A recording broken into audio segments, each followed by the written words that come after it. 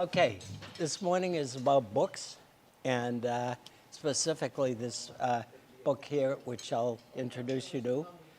And okay, you can't hear.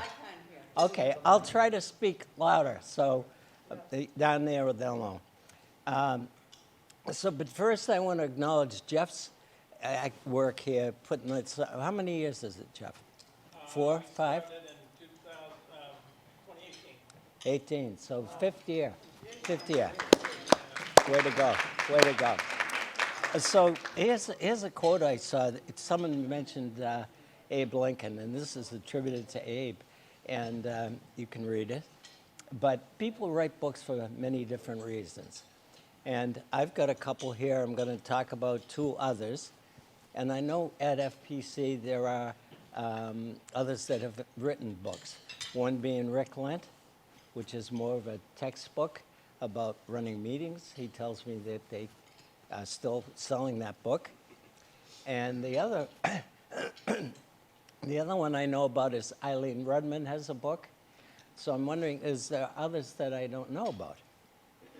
I've written several books. It's several. But I work with publishers. I don't self-publish. Okay, Yeah. okay. I did my whole career. Good for you. And I know Pat has, her sister is embarking on one. So people do it for different reasons. These are the 4 books that we're going to talk about today. Obviously, that recent book is going to be in detail. But there was another book that I wrote a few years ago. And I'll pass a couple of these around. This book is historical, and it's about a beach community in Mattapoisett, Mass, on Buzzards Bay. And at the entrance to the community, on the cover, you'll see pillars that are marked 1906. And so when it became 2006, I tried to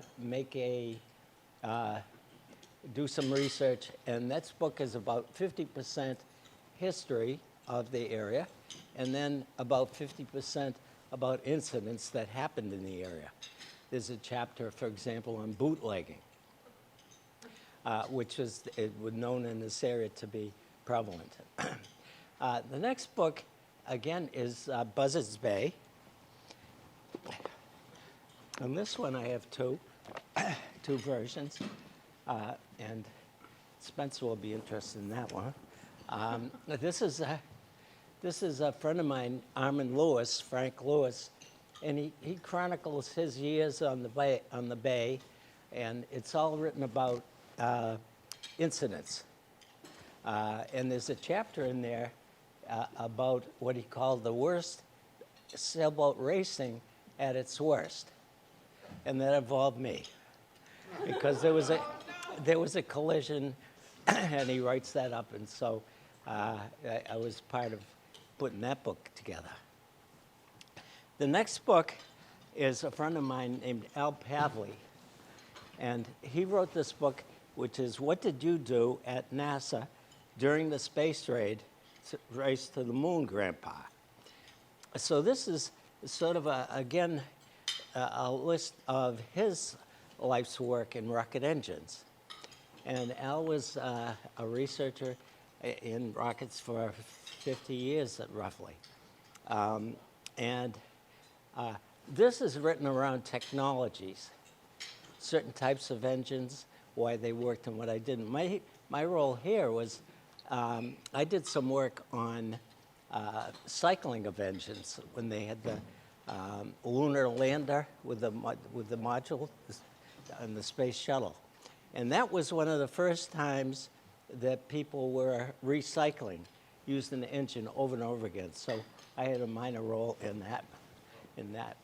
So let's put this one out here. So you can I put them out now, so you can kind of circle. Talk this way. It's okay. Right here, sorry. Yeah, I put them out now so you can kind of get an idea of some of the ways people have put books together. Oh, Al and I, we played with rockets. We also played with music. So Al's the guy with the sax, the tall guy, and the guy in the back is Roy. Okay? Yeah. Yeah. Yeah. Want another shot? Here you go. So this book, Otto Herman Miller, is about my dad.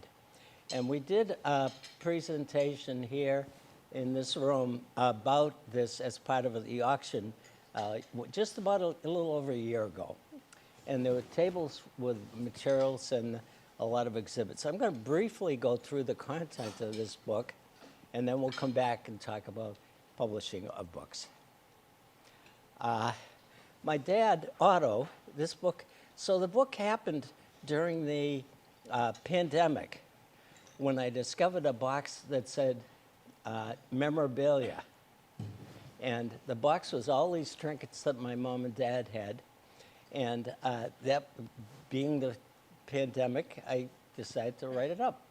I also had a briefcase with 105 letters in it that my dad wrote to his brothers during World War I.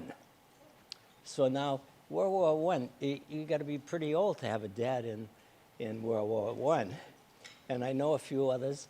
I know Phil Mosley, and I know Nancy Muldari's dad, and Jim's dad. I learned that yesterday. So are there others here that had a dad alive during World War I? Not too many. Yeah, not too many. Well, anyhow, Otto Herman Miller is the guy with the curly hair, the youngest of the five brothers. So he served in France during World War I. And this. Right. Did you say the one on the second from the left with the curly hair? Yeah. Your father? Yeah, yeah. He was born in 1893. So you do the little math, and you can see that's quite a feat. The second from the right is his brother Frank, and Otto and Frank both served in France and in Europe during the war. So that's why we'll focus on them. But so these letters are written to his parents and back and forth. So here's the family house in Dedham, East Dedham, Massachusetts. And it's a section of Dedham called Germantown, because all the Germans migrated to this particular area. And I looked, as much as I looked, I could never find this house. I went there physically many times. I did searches. I never could find this house. But you see Mom and Dad up on the deck there, and they're my grandfather. That would be my grandfather and grandmother. So as young marrieds in the 1880s, they got on a ship and came to the U.S., and they grew up in about 100 kilometers west of Heidelberg in Germany. And what that town they grew up in was known for mills, rotating machines, paper making, cloth, and so forth. So he knew how to set up a mill, and in the Industrial Revolution during the 1880s, America had a great opportunity for this. And so they got on a ship, and they had these five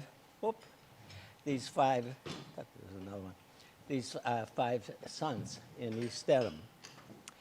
Now we're going. The way they learned was, this is a book of postcards, and there were 220 postcards in there, all photos of places, mostly photos of places in Europe, and this is how they learned geography, and they learned about cities and towns from this book. Das Album is the same in German or English, so it's an album.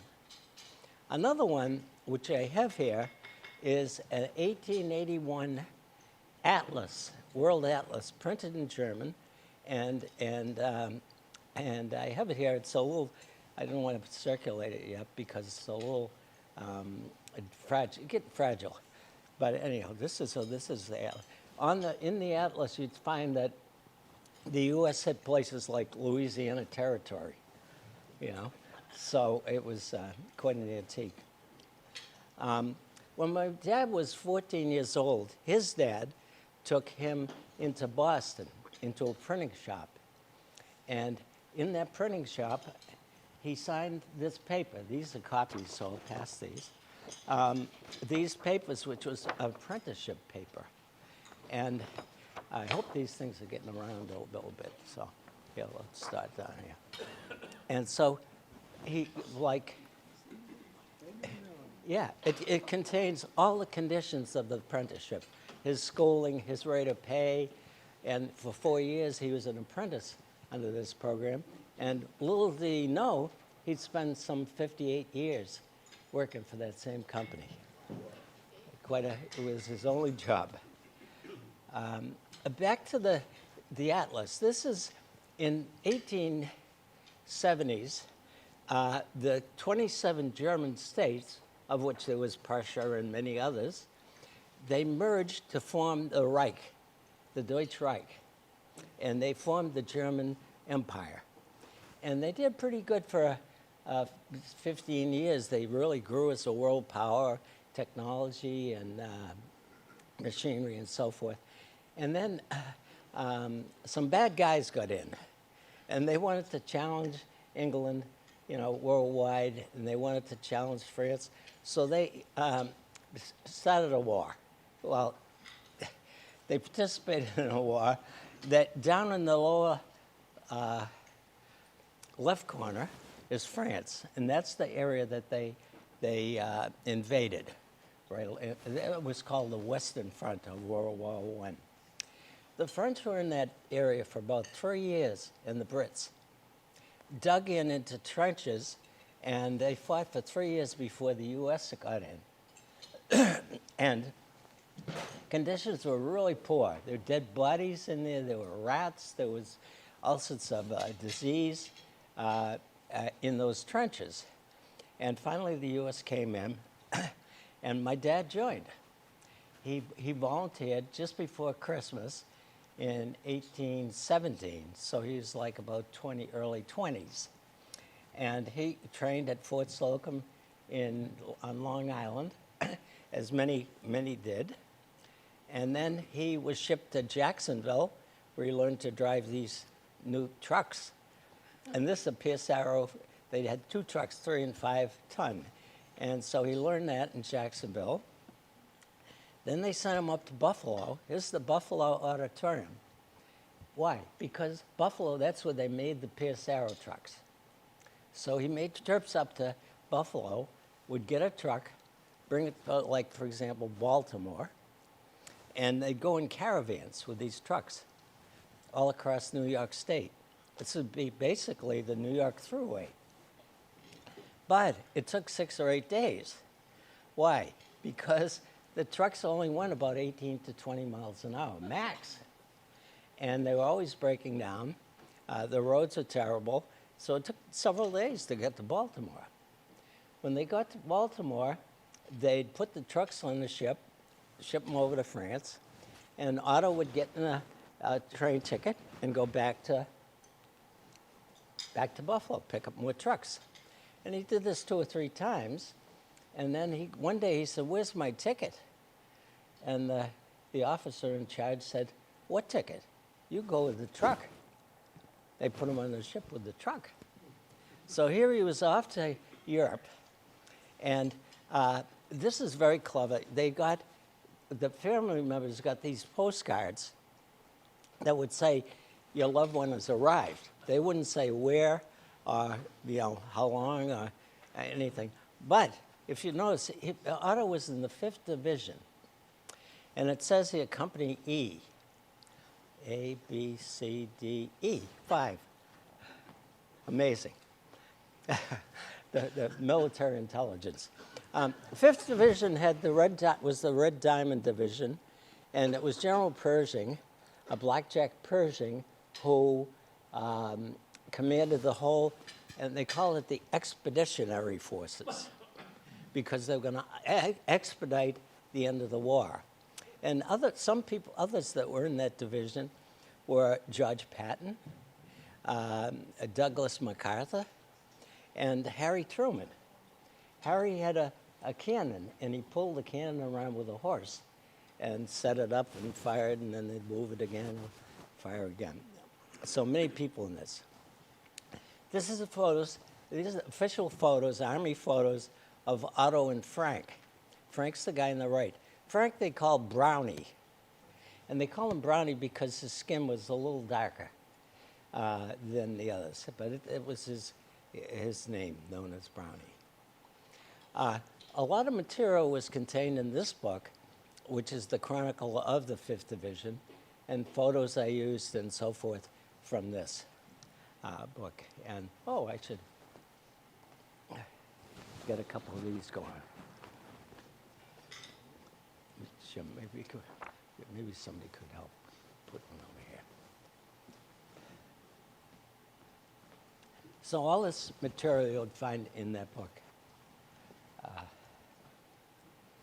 Okay, here's one of the first letters from overseas. This was written to their dad. The difference in the overseas letters, now they were called the, American Expeditionary Force. And that was what they were known as.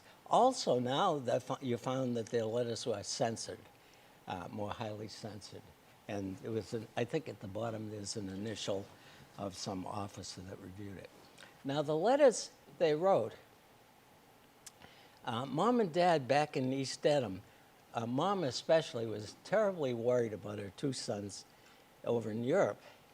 And so when they wrote to her or to the dad, they'd use terms like, country's beautiful. It reminds me of the Blue Hills and things like that. So they used very flowery terms. When they wrote to their other brothers, they told the real things. And when they told the real things at the end of the letter, they'd often write, "Don't tell Ma." Hey, don't tell Ma. So the Brits and the French and the Americans all worked together until the first battle that the Americans led was St. Mihiel. It's an offensive battle where the Germans, you see the arrowhead? It's pointing directly to Paris. They were trying to push through and make it to Paris. And this was called a salient. And a salient is when you come around the ends inside the arrowhead and try and break through and cut it off and isolate the people in that arrowhead. It's also the Battle of the Bulge, similar tactic. If you're successful, you capture a lot of prisoners. The risk is that if the Germans break through, they get a clear path going forward. So that's the battle. And of course, the U.S. prevailed on that battle. Whoops. And here's a photo of it says here, 363 German prisoners that were captured. So I thought in terms of, if you fill this hall, fill the church, and maybe even the vestry, that'd be about 363 people. So that's the number of prisoners that they captured there. As the Germans retreated, they destroyed a lot of the roads. And that's where Frank came in. Otto was a truck driver in the supply train. Frank was in the engineers, and he'd do like repairs on the road so they can get those trucks through. The two of them chased each other all over France and never met. They'd get word that, oh, your brother was here. Oh, then Otto would have in the truck. He'd get to that location, and no one there. So this is the U.S. Army then crossed the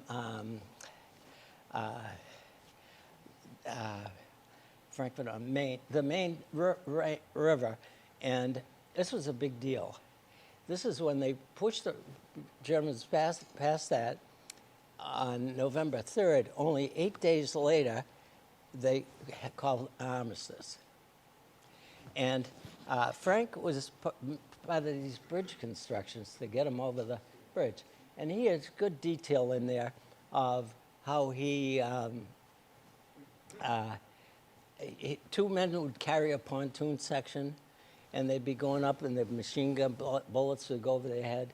And he had one story where he would say, "You do the best you can, and you trust to luck," was his quote.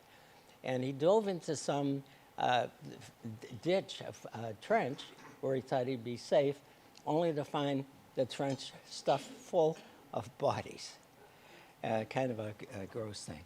But anyhow, they prevailed, and the armistice day, November 11th. But an armistice is a ceasefire. It doesn't mean the war is over. You're just not going to fight anymore.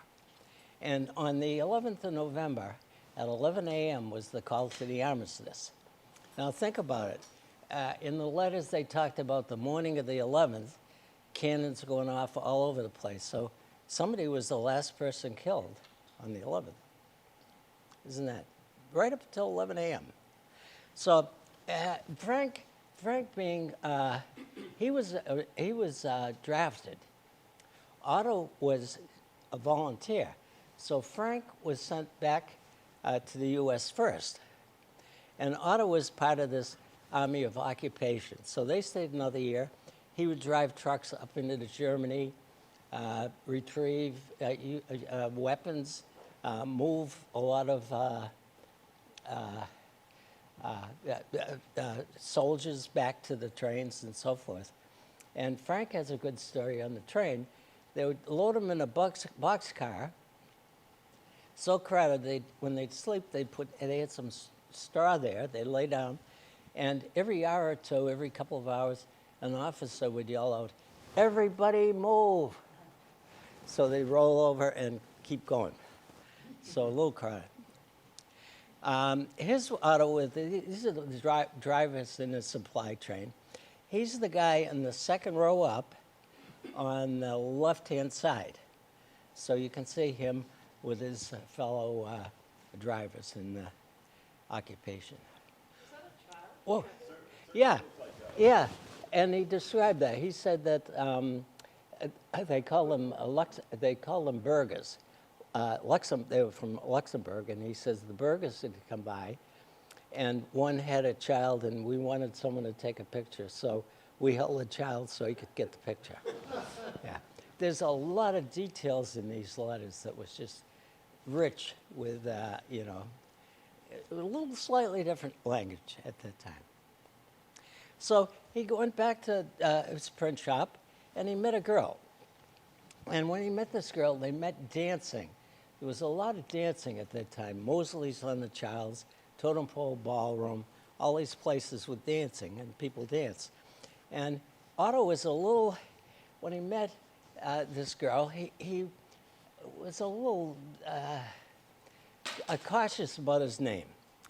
He wouldn't tell her, "My name is Otto Herman Miller." He thought that was too German, and right after the war, maybe not a good thing to say. So he introduced himself, "I'm George." I'm George. And then later on, he found her name. And her name is Hedwig Marguerite Fowler. Hedwig. So that gave him a license to use the word Otto. But anyhow, they married. And she was also a first-generation American. There were 5 siblings in the Fowler family, and they grew up in Roslindale. People probably know Roslindale. And they got married. They went down to Washington for their honeymoon. I guess they couldn't find a Washingtonian to take them both together. But they bought a house in West Roxbury, way out in West Roxbury, in 1926 or 7. And here's that house that they bought. They raised 2 children there in that house, same house, Beatrice and Herb. And they grew up. Beatrice was born a week before the crash, 1929. And then a decade later, they decided maybe they'd have another one. That was me. And so that was the story. Well, Otto died in 1976, and he's buried along with Hetty, who died at age 88, quite a few years later. They're both buried in the Brookdale Cemetery in Dedham, East Dedham, right back to Germantown. And this is the cemetery in that location. So I set out to write this book, and I did, and we published it. By the way, a couple of points. All the materials that we showed here, all these exhibits listed in the back of the book, were donated to the Dedham Historical Society. And I made this type of presentation and presented them with all these materials for their collection.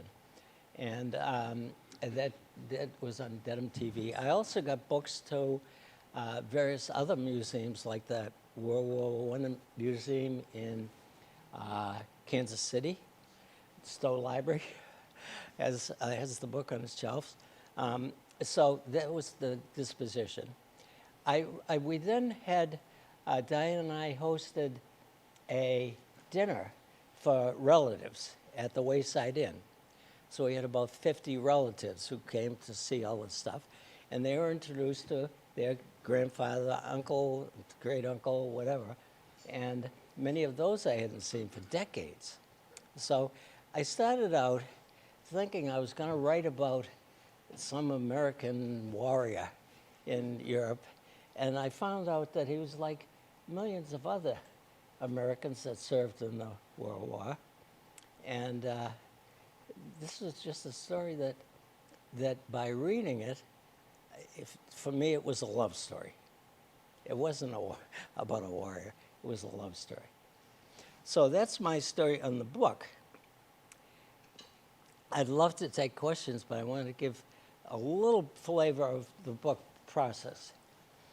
And I'm going rapidly. I know some people have to bail for the Stowe Town meeting. But this particular book, I looked at some of the drivers for it. And I was trying to capture history. I was trying to walk people through these exhibits, the postcards and all the things that I had. My audience was friends and family. In museums. The style was a chronology. But in the book, if you thumb through it, you'd see that I wrote it in the first person. And I developed it in the first person. In other words, I put the letters in order, best I could, and I followed them. What date? But chronologically. And I hadn't read them, so to me it was news. And I wrote it as if I was in that time period, and I was Otto Miller. This book isn't for sale. I've got few at libraries. I get circulating copies for people to use and read. I printed only about 50 of them, a little over 50. And there's a box over here, it's called Book Baby. You see that Book Baby over there? Book Baby is the printer for the book. And nowadays, you can go online and you can find these printers. You get a print-ready book to them, and they charge you so much a copy. And if you looked at the artwork in that, it was spectacular in that book. And that's my brother-in-law, Tony Andretti. Big credit to Tony. For those that are going to write or have written, as Rick did, the number of iterations you do, checking and rechecking over and over again, and having friends and family help you check. So it's a tedious process. A Library of Congress. This book is not in the Library of Congress. Now, there's some implications. The other book is, that's the pillars, the one about pillars. That, again, was to capture history, but there were 120 homes today in that area. So it was really to build community at the 100th year of the pillars. See, so we had a big gala event when bands and a lot of excitement when we launched the book. Those were for sale, $20 each. There are about 300 plus copies, maybe 350 now, out there. And if you put 20 times 300, that's about $7,000. I gave a portion of that back to the community, a portion of each book, but I printed 500 of them. So I put out, and with all other expenses, about 12,000. So it can be, depending how you want to treat the book, it can be costly. That book, The Pillars, was printed, 17 years ago, by a company called DeWalt Printing Company in New Bedford. You'll see that any color in the book is limited to a certain number of pages. And when they did the printing then, it was much more expensive to do color. Now you can do the color right in with your document using some online process. That book happens to be in the Library of Congress. I'm very proud of that. It's kind of neat to have a book in the Library of Congress, you know? You're not alone. We know that. You won't be alone. The next book was Al's book. That was the rocket engine book. It was really his biography, his career biography, not his life, but his career. It was a technical record of advancements. And you know, the U.S. doesn't have, they have a different type of space program now. But this was the early research in rocket engines. And so he reported topic by topic about different types of engines. To my knowledge, he doesn't sell the book. I do know, and I don't know how many, I do know that he used a company called Lulu Press. So I know of at least two, a Book Baby and Lulu, which you can have printing done and publish them. His family helped him with the design work, and he did not also go to Library of Congress. Lastly is the sailing book about Buzzards Bay. And Armin wanted to, in his age, he was a former professor at UMass Dartmouth, and he wanted to capture his experience as a youth out on Buzzards Bay and the adventures that he went through. General nautical audience, as well as sailing audience. He has some ambitions that he can sell a few, so you can buy this. He used Amazon Publishing. And so you can go on Amazon, look up Buzzards Bay, something, and the Vagabonds, and find the book for sale at $19.95. Now this is published it's on-demand printing. So they have his records in there, and they print up so many by just pushing a key, and they come out the other end, and you can buy them. Amazon had a little tougher rules. So they required a designer, him to have a designer to conform with their standards. And they have a list of people you can use. And he used somebody in India, I think, offshore, who reviewed it and put it in the proper format. He did his own sketches, however. You'd see there were sketches of a bay or an incident, and he did his own sketches. He is, of course, in the Library of Congress. Now, there's some rules on the Library of Congress, and Armin was a strict adherent to them, and that is that you have credits for all your references. So I was shooting through, trying to find photos of my various boats for him to use, and he had to go to some publications he found, and so he has a documented letter for every reference that he used. So whereas the Pillar book is kind of illegally in the Library of Congress, but Armin's is not. So we're about at the limit, but I want to open it up, either on the World War I tales or on the publishing, anything, sky's the limit.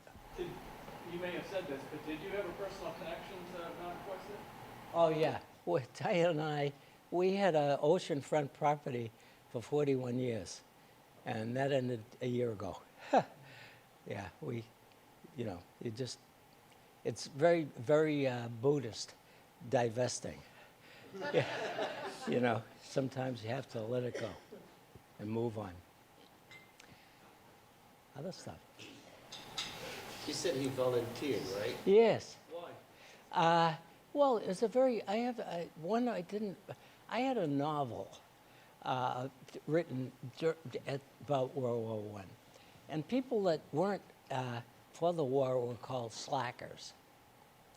And people that didn't join were called slackers. He's strong, he could be in there. So I think it was a little macho at that time to volunteer. Yeah.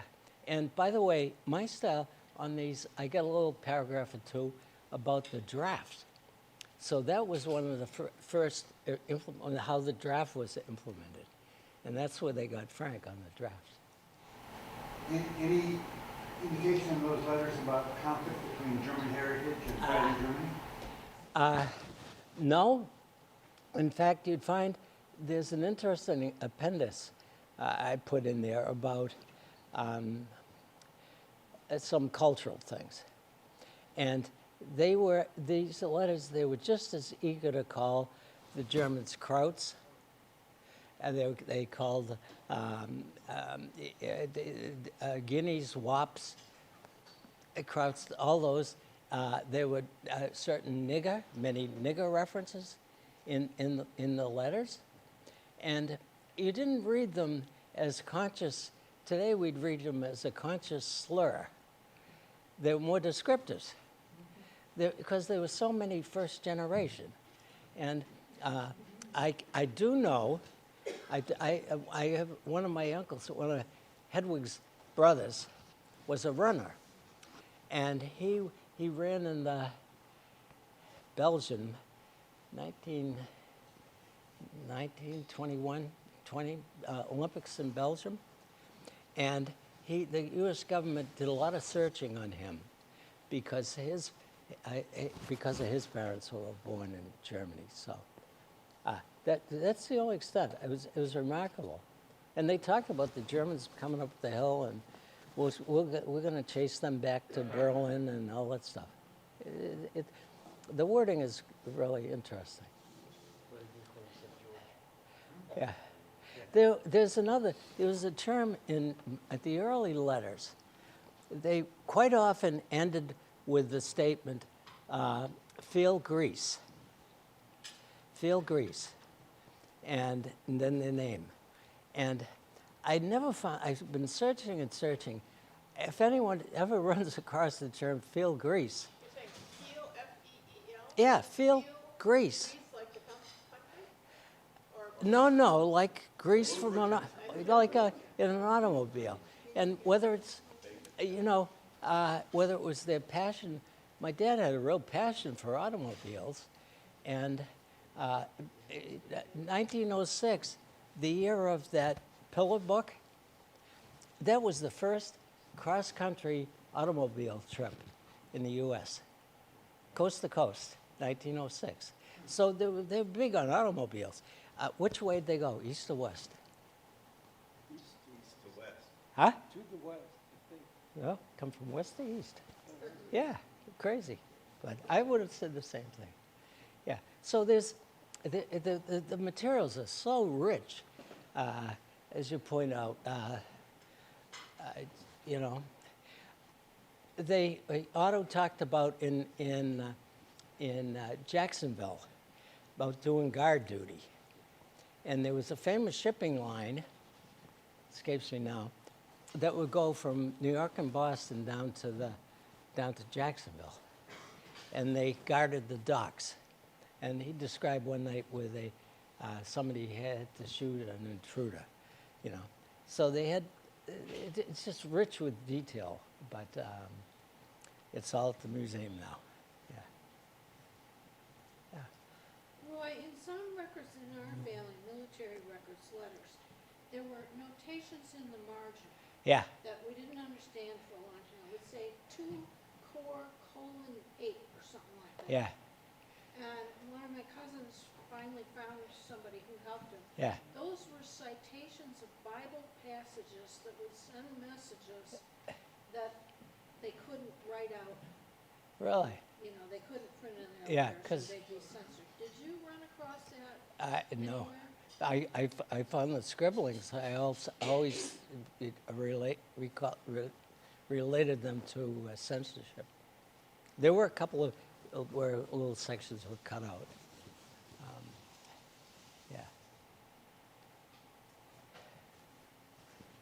Okay. Well, thank you very much. Yeah. Okay. Okay. Thank you. Okay. Shut this baby down.